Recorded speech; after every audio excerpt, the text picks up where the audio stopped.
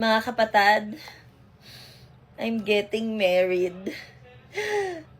Ang tagal-tagal ko tong hinintay. Eme lang, binili ko talaga to.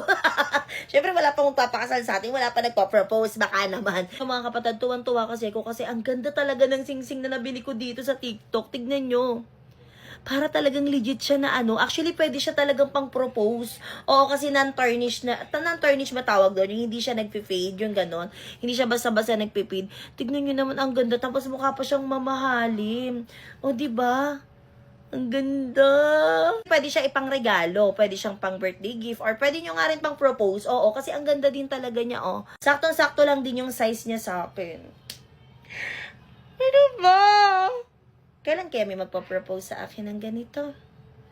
Ewan. Sino yun? Hello? Ay, huh? Flowers para sa'yo. Ay, grabe! Tanggapin mo naman yung flowers. Ay, no! Ano meron? Ba't may pagkain sa'yo? At may gusto lang sana akong sabihin sa'yo na miss na miss na kita sobra. At sana maulit yung mga bonding natin dati. Kakilala ba tayo? At sana mapatawad mo ako sa lahat ng mga nagawa ko. Ay!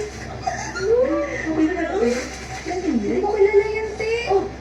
Ang alam ko may kalapting to dito sa Manix pero hindi ko kilala. Saka may huling sasabihin ako sa'yo na Baka naman, namali ka na.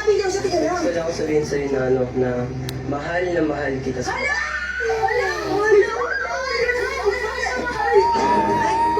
Ito ko mapapatunayan kung mahal ako ni Elaine talaga. Nakakipagpalit ako sa kanya kasi favorite ko yung hotdog. Din tayo? Makagat lang.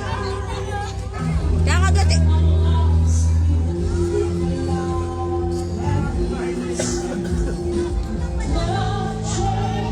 Kala mo, di ko kayang kainin.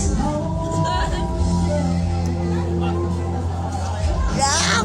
Just a little closer, next to mine. Come on and cha-cha-cha with me. And I'ma cha-cha-cha with you tonight. Ang sakit-sakit, isipin na ako'y iyong iniwan. Bakit ba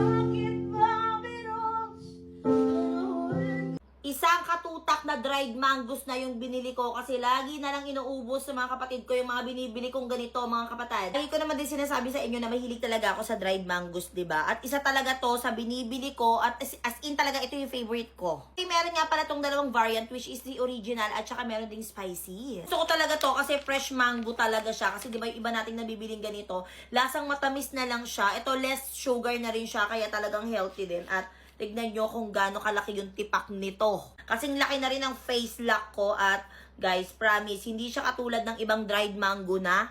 Wag lang. Hindi siya katulad ng ibang dried mango na parang dry na rin talaga siya. Literal na dried siya kapag kinain mo. Ito parang may pagka-juicy pa rin siya. Talagang maaano mo na parang fresh pa rin siya. Kaya hindi siya yung literal na dried na dried. Bakit? Kasi 95% fresh mango pa rin siya. Kikrave ka ng mangga kasi alam naman natin na ang mahal pa rin talaga ng kilo ng mangga ngayon. Dahil pwede mo itong ipang alternative at saka alam nyo mga kapatid, ang kagandahan dito, pwede nyo siyang i-stock sa inyong ref or kahit hindi sa ref. Yes, hindi katulad ng mga mangga na fresh na nabubulok, diba? So, sayang minsan. Ako ganun kasi lagi ako nabubulokan. So, kung gusto mo i-try ito, ilalagay ko sa yellow basket, mag-check out ka na. Promise, ang sarap. Alam niyo mga kapatid, tinigil ko na yung pag-inom ng soft drinks sa mga unhealthy juices, ayan, ng coffee. Kasi nga, actually, I love coffee. Pero kasi, nagpapalpitate ako, so acidic din talaga ako. Kaya, hindi pwede talaga ako sa kape. Buti na lang, simula nung nalaman ko, na meron palang ganito, kasi mahilig talaga ako sa mga berries. By the way, meron nga pala tong 7 pirasong stick sa isang pack. So, super sulit na rin talaga. Alam niyo ang nagustuhan ko dito, meron na siyang 7 berries sa loob ng isang sachet na to. So, meron siyang acai, raspberry, cranberry, cherry, strawberry, elderberry, and black berry. Alam naman natin na ang mga berries is meron yung vitamin C, which is nakaka-help na magpa-boost ng ating immune system. Lalo na sa ngayon, alam nyo ba, kailangan natin yan dahil nga pa iba-iba na yung klima natin. So, kailangan natin yan, nagiging masakitin na rin tayo. Nakakaedad na rin tayo, kaya kailangan na rin natin to. And alam nyo bang, nagustuhan ko dito, may antioxidant na rin siya, diba? At the same time, kung gusto mong mag-glow yung skin mo, well, kailangan mong uminom na ganito. Ako, iniinom ko to at least twice a day. So, ang ginagawa ko, ganyan lang. Then, lalagyan ko lang siya ng ice. Bukod sa nagiging healthy ka na, kasi nga, syempre, may vitamin C na nga rin to. At the same time, meron pang iba't iba. May potassium din, meron din vitamin K. At the same time, mag-glow din yung skin mo nang hindi mo namamalayan. O, diba? Healthy ka na nga. At the same time, nagre-reflect din sa skin mo yan. Kaysa uminom tayo ng mga soft drinks, mga katulad na sinabi ko kanina, yung mga unhealthy juices. Well, ito na lang yung inumin nyo. Ang sarap. Kaya kung gusto nyo maging healthy at gusto nyo mag-glow ang skin nyo, ito na yung bilhin nyo. Ilalagay ko sa yellow basket. Sarap. Dahil naiingit ako kay Ina dahil lagi siyang bumibili ng Dubai Chewy Cookie. Bumili na rin ako ng sa akin. At yung binili ko is yung natikman na rin ni Ina, which is yung pistachio flavor. Yes, para sa mga hindi nakakaalam, favorite ko ang pistachio. At gusto ko siyang i-try. So, ang binili ko na is yung apatan. Kasi meron to yung dalawan lang, ganun. So, alam ko meron ding isahan eh. Pero yung apatan na binili ko kasi baka mabitin ako. Kasi sabi ni Ina, masarap din daw talaga to. So, ganito yung itsura niya. Katulad lang din ng ibang na Dubai Chewy Cookie. Hindi ko alam kung uso na to o kung uso pa to eh. Pero gusto ko lang siyang itry kasi hindi talaga ako mahilig sa matatamis. So, ito yung itsura niya.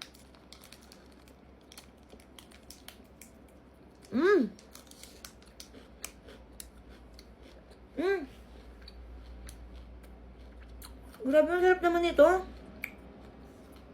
Walang halong eme. Ang sarap. Marami na ako nakain na Dubai Chewy Cookie, mga nabibili ko pa sa mall. Pero ito kakaiba. Ang sarap talaga niya. Hindi siya nakakasawa, hindi siya sobrang tamis. Ang sarap.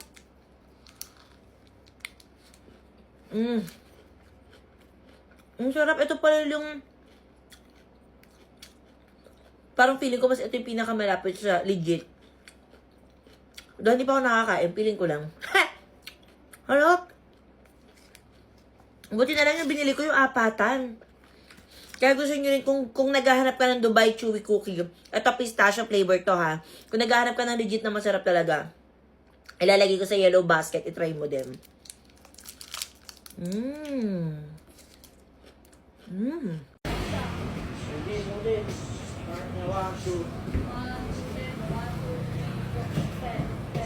Kaya kayo niya.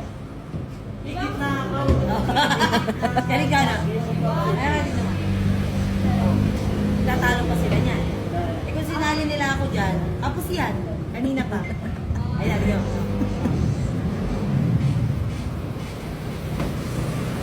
Kaya ka na. Galing ka na. Galing ka na. Ako sinali ni Adrian, kanina pa tapos yan. Mahina rin po ko. Meron ako ditong nakita sa TikTok, which is itong mixed nuts cake. Actually, nagkikrave talaga ako dito kasi ilang beses na siyang dumaan sa FYP ko.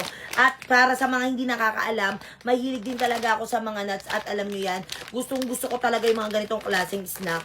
By the way, meron na tong 250 grams sa isang pack. Pero meron ding mas mababa, may 100 grams. Depende na yun sa inyo kung ano yung trip nyo. Kung gusto nyo lang naman tikman, pwedeng mas mababang grams yung bilhin nyo. Ang healthy din talaga ng stock na to. At ang maganda dito, nakaseparate siya na nalagayan. Ito medyo nag-ano na siya kasi nga, siguro sa biyahe mainit, ganon. Pero okay lang yan. Tikman natin siya. Tignan nyo kung gaano kadami yung nuts na meron siya sa isang pack. Hala, gusto ko talaga ng mga ganito. Medyo nag-ano na nga lang kasi natunaw siguro dahil sa biyahe. Ang sarap. Ang sarap niya.